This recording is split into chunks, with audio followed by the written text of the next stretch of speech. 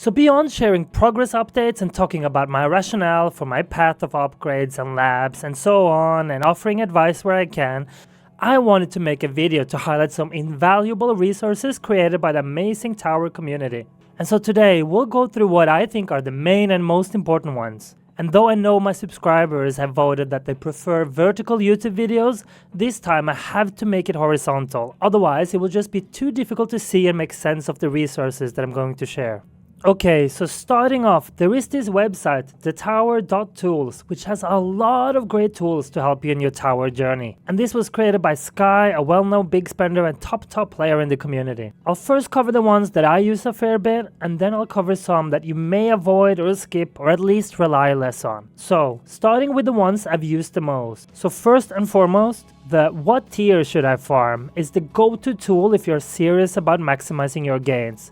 Because every account is different, so you don't want to 100% trust anyone who says you should farm a specific tier or do a certain strategy. Instead, you should record your own runs and based on that assess where you earn the most coins per hour and cells per hour. And that is what this tool lets you do. You simply input your stats at the end of a run to measure and assess your results. So for example, I may try a certain strategy and try it on both tier 10 and tier 11, and then see if it ends up with different results in terms of my coin average per hour or cells per hour. And I want to emphasize that it is the average per hour that you should be most concerned with. Don't get too caught up in vanity metrics such as what your peak coin per minute may be or how much you make in a run, because what matters more is what you're able to make on an average hour and in a day. At least that's what matters more from an efficiency and progression standpoint. And beyond the comparisons to find the best tier or strategy for yourself, it is also a great way to look back at your previous historical records and see how far you've come. I have even older records too, but which I exported to a spreadsheet because for a while I wanted to update the averages, but I can't be bothered to keep doing that, so the averages you see below here won't make sense at all unless you clean up all outdated records. And to make full use of the tool and measuring your runs, you want to make sure you have the lab called More Round Stats maxed, which is just one level. That way you will be able to see your stats at the end of a run. And this is easily the tool that I've used the most in my own journey. It's how I've tried tons of different strategies and tiers and tried to perfect my Orb Devo strategy. And that being said, if you're interested in learning more about Orb Devo, by the way, then check out the video guide on that after watching this video. Then let's talk about the enemy stats calculator, which lets you check enemy stats at any wave in any tier and quickly figure out what has a comparable stats in other tiers. This tool I don't use that often, but it can be quite useful to assess your strength for milestone runs. For example, if I know that I'm dying at about wave 5000 on tier 10, then I can look at how the enemy stats will be for similar wavelength on tier 11, and so on, to get a decent grasp of how far I'll be able to get there. There are of course other factors involved such as increased elites and so on, but generally speaking I find it quite helpful to assess when I'm ready for a milestone unlock. And so that way I also don't have to waste time with unsuccessful milestone attempts, which eats up valuable time. Two things to keep in mind here is to input your average enemy level skips, and also remember that if you take the 50-50 trade-off perk, then you need to half the damage you see listed. And of course, the damage you see specified here is not the damage you actually take because of your defense percentage, etc. that will reduce it. Then, the third tool that I've used a fair bit is the card tracker, which lets you track your card collection, see how many gems have been spent and are remaining to spend on cards. I would occasionally go to this tool just to update my card progress and assess how far I am from my goals. The other thing I liked about this is that I would only update this every now and then, so whenever I did, I could visibly see the progress I had made since last time, which was nice, as it's not always easy to see and feel the same way in the game with that minor incremental progression. Now though, as my cards are basically close to being maxed, this tool is of less use to me anymore, and I will soon focus on card masteries instead, which I don't feel like I need to track here. But it is interesting to know that at the time of recording, I still need 2200 gems to finish my card, so I know that I won't be able to by next event mission alone, but very close. And it is depressing to see that it requires 26,500 stones to unlock all the card masteries. Yikes. And on the topic of stone usage, the fourth tool that I've used a fair bit in the past was the stone calculator, which helps calculate the cost and time it will take to upgrade your ultimate weapons to various levels. And this can be quite useful to plan your stone usage, and I found it particularly useful early in my journey when I was planning stone investments for my golden tower and black hole cooldowns, and to ensure that these were kept in sync. The whole interface is a bit wonky and not that intuitive though, but once you get the hang of it, it can be quite nice to use. And in my example here, for simplicity, I'm just adding that I desire 2 more levels in black hole, and then you can see the results here in terms of the black hole and what is needed in terms of stone. So 285 stones for 2 more levels, because I've put 12 in the initial, and then target 14, and then results. And so you can of course do a combination of things. So just note that in the first tab you input the data you currently have, and in the second tab you input your targets, and the third tab you get an overview of the stones required to get you from the initial to your target. There are also some additional ones for Ultimate Weapon Plus and to calculate Golden Tower combos, but as I'm not that far into the game, it's not relevant resources for me at least, but it may be for you. But nowadays there are some sheets that I will get into later in the video that also helps for stone calculations. So I find myself not really using this tool as often anymore, but it is a solid resource and usually what is updated the first after any update to the game. And then there's the Multiverse Calculator, which is what I've used absolutely the most the last months. Because I use a hoarding strategy with Orb Devo for exponential coin gains, I have been very concerned about sync time and ensuring that whenever I was reducing my ultimate weapon cooldowns, that I would have an understanding of what the new sync time would be, and that I would ensure that my golden bot timer was matching this, and so on. So this tool has been an invaluable resource to assess such. And now that I've maxed all my ultimate weapon cooldowns, I use this tool to assess the scenarios that would enable me to get permanent golden tower combined with permanent black hole, as that is my next main goal in the game. So here I can fiddle around to see the various scenarios that would enable me to get there, such as getting Ancestral Galaxy Compressor and some increase in package chance and black hole duration, or getting Golden Tower cooldown substat and so forth. And by the way, you'll see that there are 2 tabs. One specifically focused on the MVN sync, but because sync time also shows on the perma calculator, it's the only tab that I really use. Then there's the module calculator that helps you look up and compare module cost and values between various levels at each rarity, figure out how long it will take you to level them up, see how high they would be with a different shard discount, and so on. And for this, I haven't really seen any relevant use for myself, except one time where I was working towards level 101 for my modules, and that the tool helped me calculate that if I got 5 levels in the shard discount lab, it would make my modules that are level 100 to 101. So that was a nice way of learning of a bit of a shortcut to get faster to level 101 that I ultimately did. And of course you could do similar for other levels as well. There are also 2 tools dedicated to labs, which can be quite helpful to you. However, I don't use these at all, as I instead use community spreadsheets for anything related to labs, which I'll be showing you later. But let me just briefly cover these tools on the thetower.tools website.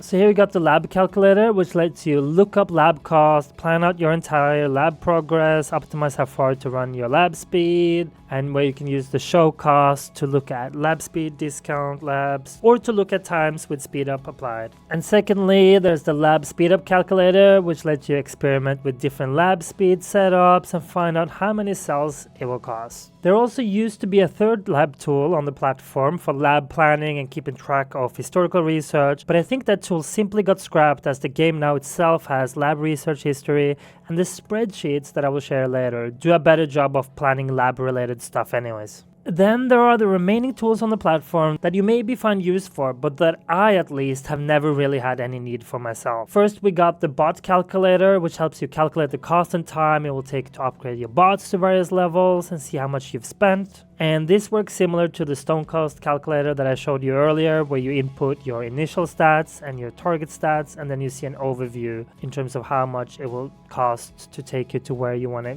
get to. I haven't seen any need of this at all, in part because starting out you're basically only maximizing the golden bot and you skip all the other bots. And the path has been quite clear in focusing on bot range and then bot bonus and keeping the bot cooldown in sync with my MVN. So maybe I find myself using this in the future once I have fully completed the golden bot. maybe. What I have instead referred to at times for bots is just a graphic that illustrates the metal and lab cost for the golden bot cooldowns, so that I could better plan how to reduce it and keep it synced with my MVN. And you'll find this linked in the Google Drive folder that I've shared in the video description. Then there's the sell calculator that helps you estimate your sell income on each tier to compare which one is better. I don't see the need, and my sell income anyways is measured through the what tier should I farm tool, but maybe you find some use in this, especially before trying a new tier. But now that Deathwave also gives bonus cells, the overall numbers in this calculator are also not going to be reflecting reality. Then there's the enemy level skip simulator, which helps you simulate enemy level skips for a run to get an accurate idea of how many skips to expect. I don't really see a need or relevance for this myself, and can easily just assess it based on my average skips and so forth, but maybe you have some use for it. Then there's the module tracker that helps you track your module statistics and gems spent. Maybe this is of interest to some, and I guess in hindsight it would have been interesting to have a better understanding of how lucky or unlucky I've been with my modules. But because modules are completely RNG, I haven't really bothered tracking that side of things. That is anyways completely out of my control or influence. And it would have been very tedious to input all the common and rare mods received, in my opinion. But maybe it is something of interest to you. Then there's the workshop calculator that helps you look up and calculate the cost for workshop upgrades and workshop enhancement. This resource I only used in the early beginnings when I was starting out the game and when I was figuring out how much I needed to get my health, damage and regen to level 5000 plus in the workshop. Basically to the point where I could max these both in my farming and in my tournament runs. Ever since that, I find it not really useful anymore, but you may find some use for it for yourself. For example, to see how crazy expensive enhancements eventually get. And then we have the resources for tournament results for the tower. If you're a competitive person, you might find joy in using the tournament result website. I'm also a very competitive person, but in a game where spending actual real money has such big impact on progression and results,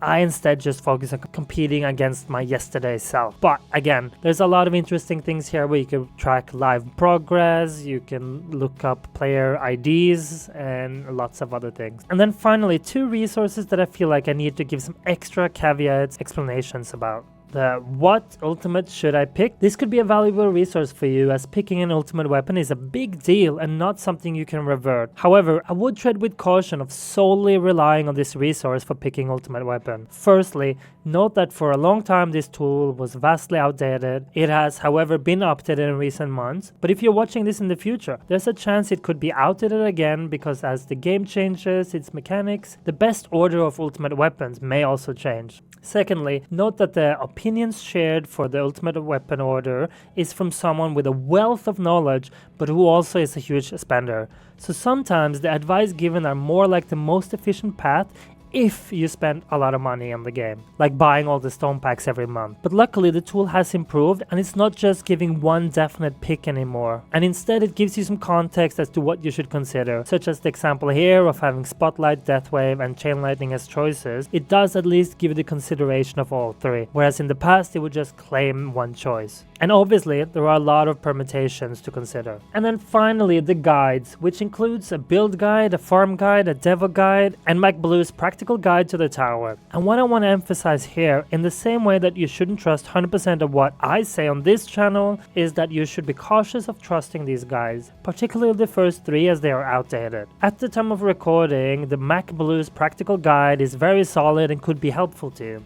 especially if you're a new player, but be cautious of it potentially being outdated in the future too. And since that guide is not dated, it may be difficult to spot when it becomes so. So yeah, those are solid guides that I'm sure took a lot of effort and time from the authors, and they are worth consulting. But just be cautious. Just like my Orb Devil guide may be outdated in the future when the game may have changed some of its mechanics. Okay, phew.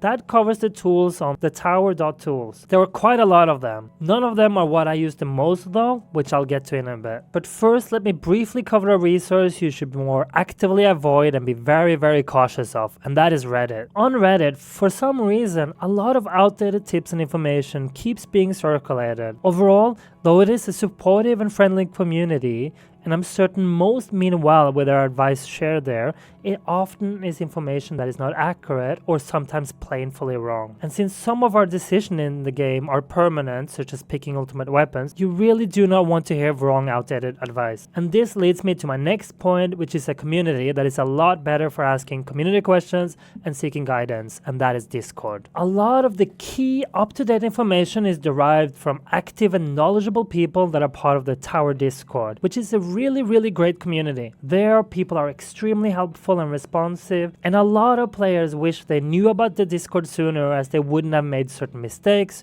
or wish they consulted the Discord community before trusting something said on Reddit, and so on. And on Discord, you also have a ton of different channels for all kinds of different niches, strategies, and stages of the game. You got your generic and super active player questions, you got your tower talks, where more long-term players tend to reside, you got specific channels for different strategies, you got channels based on rank, you got feature request discussions, and a lot more. It really is a fabulous resource and community, and it can also be fun to identify fellow players that are at similar stage of the game to you, that you can compete and collaborate with. And the community is amazing at also creating graphics and additional resources that are super helpful in the game. Later I'll get into the use of optimizer sheets and planning sheets, etc. But there are also a bunch of other graphics that are super helpful, and I've compiled some of these on a Google Drive link that you'll see in the video description, and which I will seek to keep updated and continue to enhance going forward. I'm certainly not claiming ownership of any of those though, and I will seek to credit whoever is the author wherever I can find it. But so for example, this graphic that shows how many hits enemies will take with wall at various thorn substats and wall thorn levels, or looking at the sync time reduction for Golden Bot, or looking at the optimal paths for the sync between Black Hole and Golden Tower, and so forth. So Discord is overall really awesome for the Tower game. Only major warning I have about Discord is that purchasing packages and so on is a quite normalized behavior. So if you have an inkling that is competitive in the negative sense, or get affected by FOMO, or easily develop sorts of gambling addiction and so on, you may consider yourself warned about joining or spending much time there, as you may be influenced either directly or indirectly to make purchases yourself that maybe you otherwise wouldn't have. So just keep that in mind.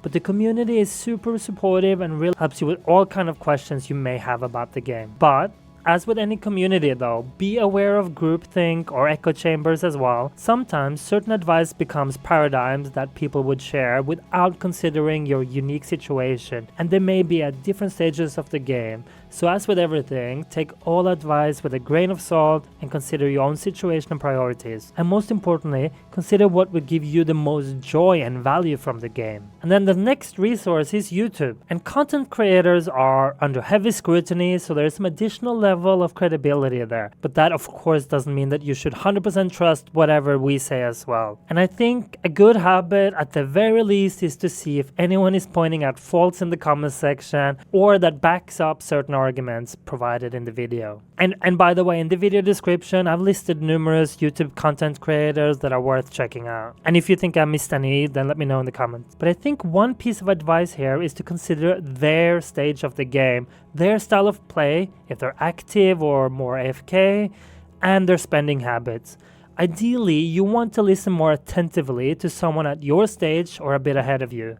But that alone, of course, doesn't mean that their advice is sound or the most efficient.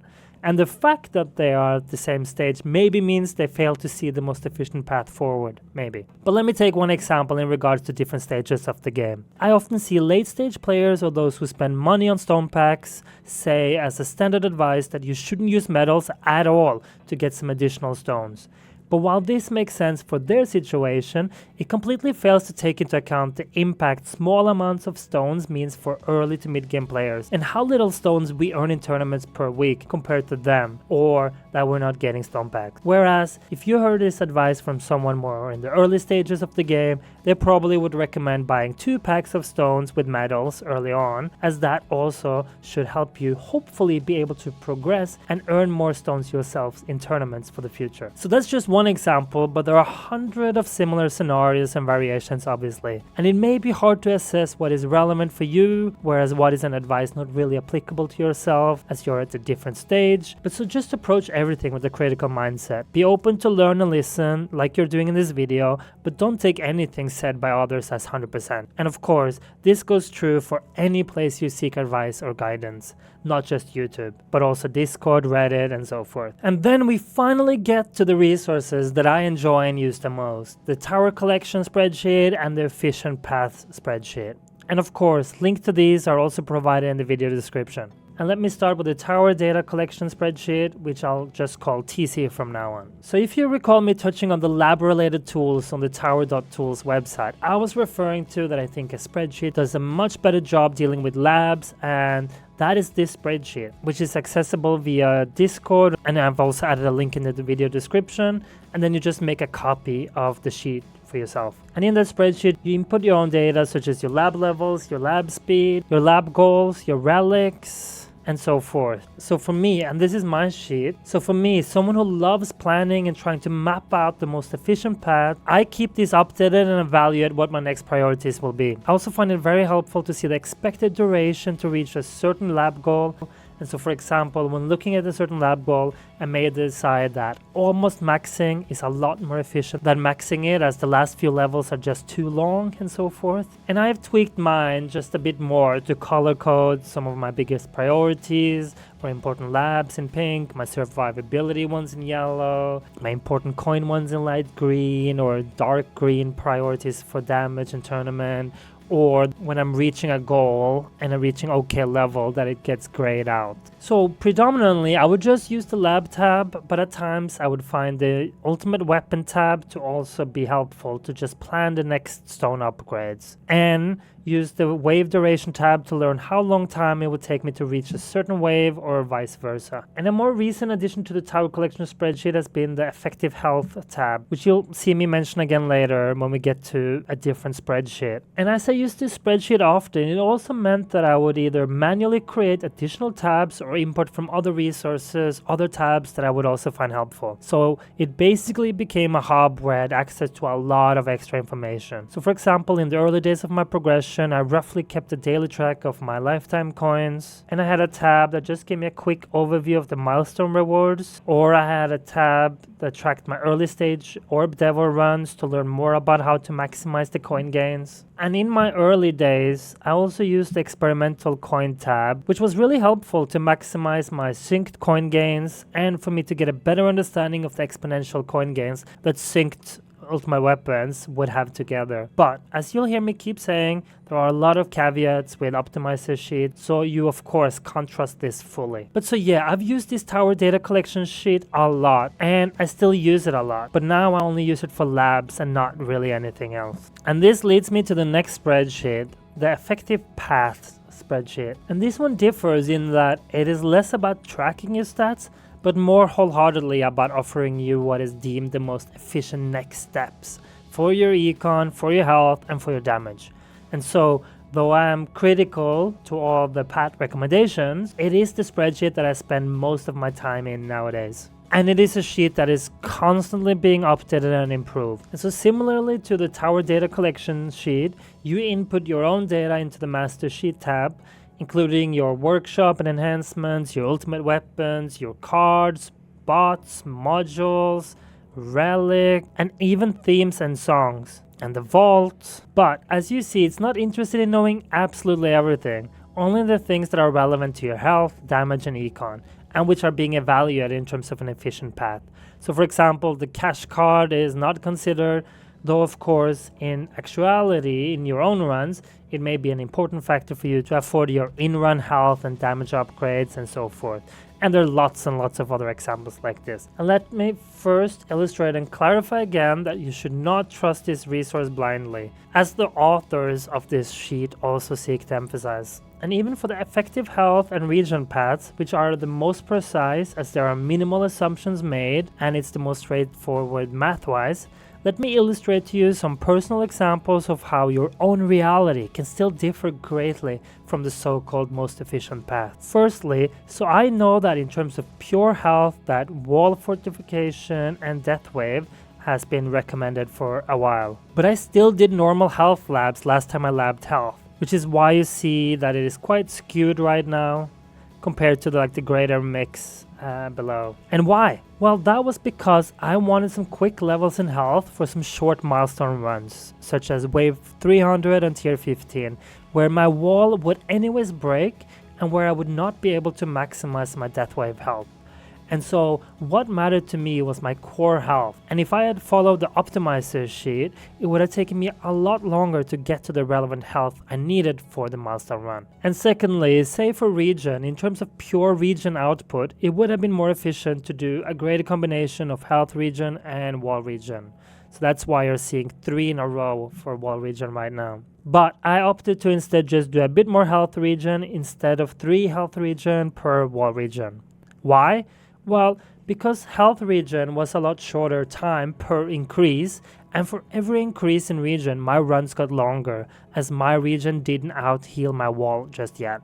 So instead of waiting more days for one big run length increase with wall region lab, I instead did that increase incrementally, which netted me more cells and coins along the way. If my region lab wouldn't have mattered for my farming though, then I would have followed the efficient path instead. So all this just goes to show that there are many ways and examples where you wouldn't follow the optimizer 100%.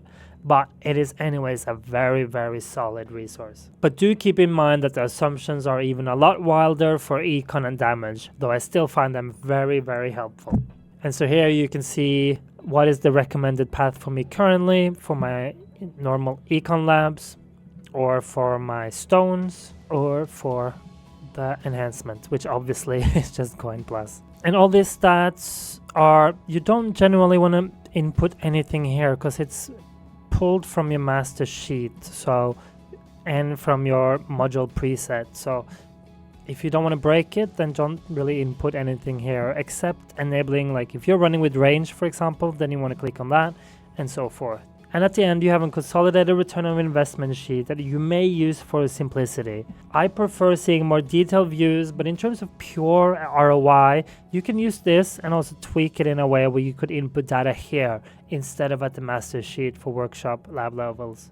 So for example, it's saying right now, in terms of pure damage labs, I should be doing damage per meter, as that is the biggest percentage increase. Or for health, that I should do wall fortification. And so yeah, that's really it. It is constantly evolving and being updated. So check it frequently to ensure you have an up-to-date version.